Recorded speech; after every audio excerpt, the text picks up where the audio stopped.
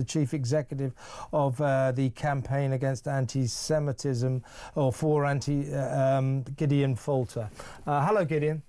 Hi, good evening. Thanks for joining us. Well, let's just play a little bit of this offending video.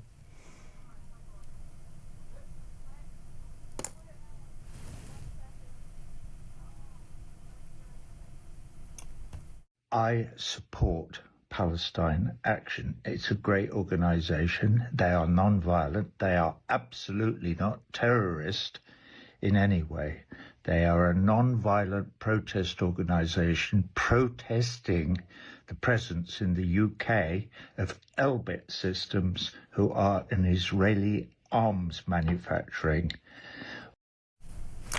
Well, Gideon, the thing is, you know, he goes on, he says, this is Independence Day, July the 5th, 2025. I declare my independence from the government of the UK, which has just designated Palestine Action a proscribed terrorist organisation. For the record, I support Palestine Action. It's a great organisation. They are non-violent. They are absolutely non-terrorist in any way. I support Palestine Action, and I always will, because that is the right thing to do. We will not be rolled over by this appalling Labour government. Now, look, the point is, whatever you think about all of this, that surely must be against the law. After Palestine Action was proscribed, you can't go around voicing your support for them publicly.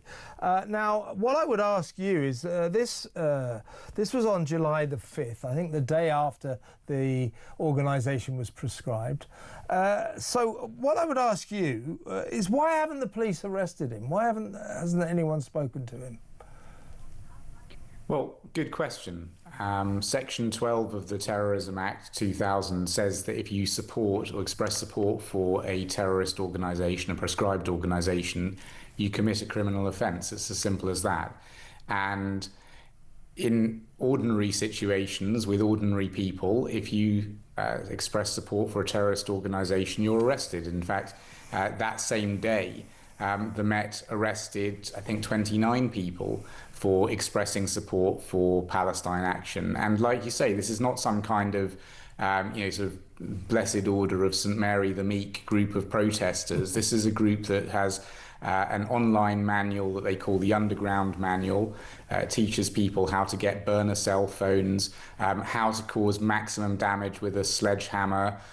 They've gone around absolutely wrecking all sorts of premises, including premises belonging to people in the Jewish community. And then, of course, the thing that really got the nation's attention was when they decided to go into Brize Norton and wreck a couple of aircraft that were sitting there on the RAF base. So in ordinary situations, we would expect anybody expressing support for a terrorist organisation to be immediately dealt with by the police. In the absence of that, in the absence of any sign of any activity by the authorities, by the police, so far in response to this, your organisation, the Campaign Against Antisemitism, says that if nothing is done, that you will launch a private prosecution. Tell us about that. Yeah, I mean, we campaigned very hard for Palestine Action to be proscribed as a terrorist organisation. I should add that we were doing that before they went and took their activities to RAF Brize Norton. They'd been terrorising the Jewish community and all sorts of businesses up and down the country and premises for a long time. But Roger Waters has made his statement. He's made it very clearly. And what we've said to the authorities is, look, if you're investigating this, if you're planning to take action, then by all means you have our support. If, on the other hand, we believe that an offence is made out and you're not planning to prosecute it, we will use the power of private prosecution to bring offenders to justice.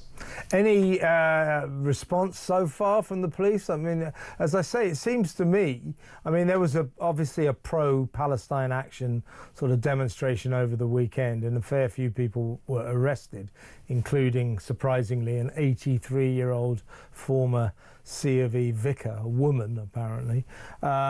So there was action there. These people were arrested. I'm not sure if anyone's been charged, but I guess they should be. But have you had any indication from the police or any response to your threat to launch a private prosecution? No, I mean, look, in general, we have been appalled by double standards applied by the police on the issue of anti-Semitism, extremism. But in this particular situation, it might be that they are actually at work. It might be, for example, that Roger Waters is not in the UK right now. Of course, the offences under the Terrorism Act, most of them actually apply worldwide, including this one. So it doesn't matter whether you're in the UK or not. If you express support for Palestine Action, then you've committed a criminal offence in the UK following the prescription of that group. So it might be that the wheels of justice are turning, and that's why we're in touch with the authorities, because we want to make sure that they have an opportunity to enforce the law. If they don't, then of course we stand ready to privately prosecute anybody who's committed an offence.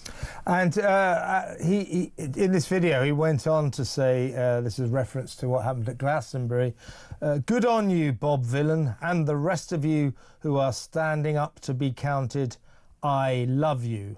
So he loves the Bob Villain band, who chanted death, death to the IDF, which was a flat-out anti-Semitic statement. Now, given Roger Waters' history, I know this is a difficult area, but I've done lots of stories on Roger Waters. I've seen documentaries on him. Do you think he's an anti-Semite? You know, he's got a really long history, hasn't he? And if you look at what Bob Villain was saying, it wasn't just the death, death to the IDF chant. He was also shouting things like that he'd had to work for effing Zionists. In previous concerts, they've called for MPs and police officers to be killed. So that's apparently something which has won Roger Waters' support. But if you look back at Roger Waters' history, we actually made a documentary ourselves with John Ware. And we spoke to people who'd worked with Roger Waters in the past. We actually got access to emails. So there was one email where, if you know Roger Waters' concerts, he floats a great big inflatable pig at his concerts. And there's an email from Roger himself in which he says that he wants the word effing and then the K word for Jews, an extremely offensive word for Jews, put across the middle of this pig. And his production crew then say, no, let's not do that. There was another band member who recounted when Roger Waters started doing this horrible mocking impression of his deceased in the Holocaust grandmother. There was another person, a producer, who recalled Roger Waters. He said had sung a ditty which ended because, and then the name of a person is an effing Jew. You know, he's somebody who I think has a really long history. Making this video, no one said to Roger Waters, Roger, you know, you're on camera, and he sort of didn't get a chance to get his act together, and the words "I support Palestine Action" just suddenly slipped out. He decided to make that video. He's really gone out of his way. He's made a little sign to go along with the video. And that is something which is very, very serious. And as we say, if the authorities don't take action, then our intention in all situations where they don't take action is to make sure that the law is enforced ourselves. Absolutely, and I wish you well with that. But he clearly wants to be some kind of martyr to his warped cause, his twisted cause.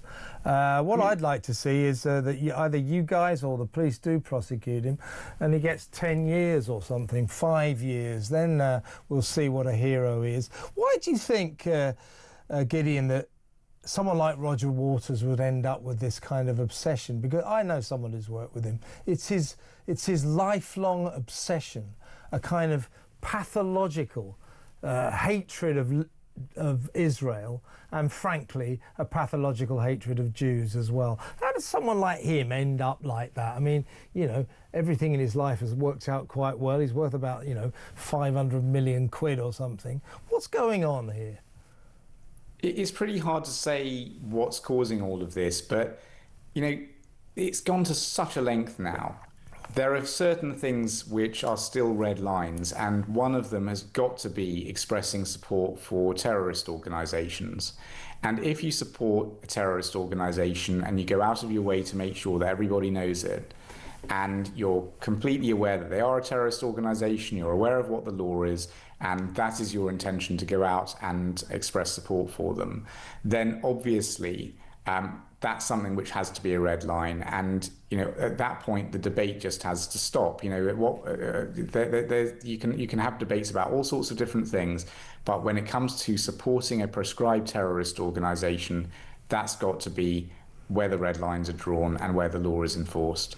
So just to summarise, if the police don't take action against Roger Waters, the Campaign Against Antisemitism definitely will. That's our intention.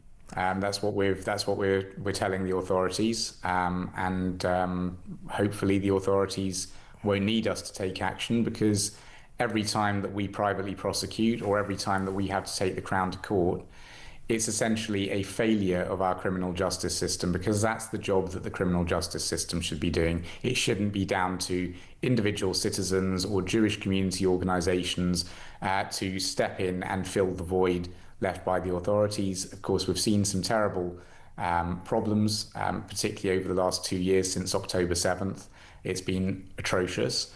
But hopefully this is a case in which the wheels of justice are turning, and we hope that action will be taken. Gideon, excellent to talk to you. Come on again soon and keep us posted with this.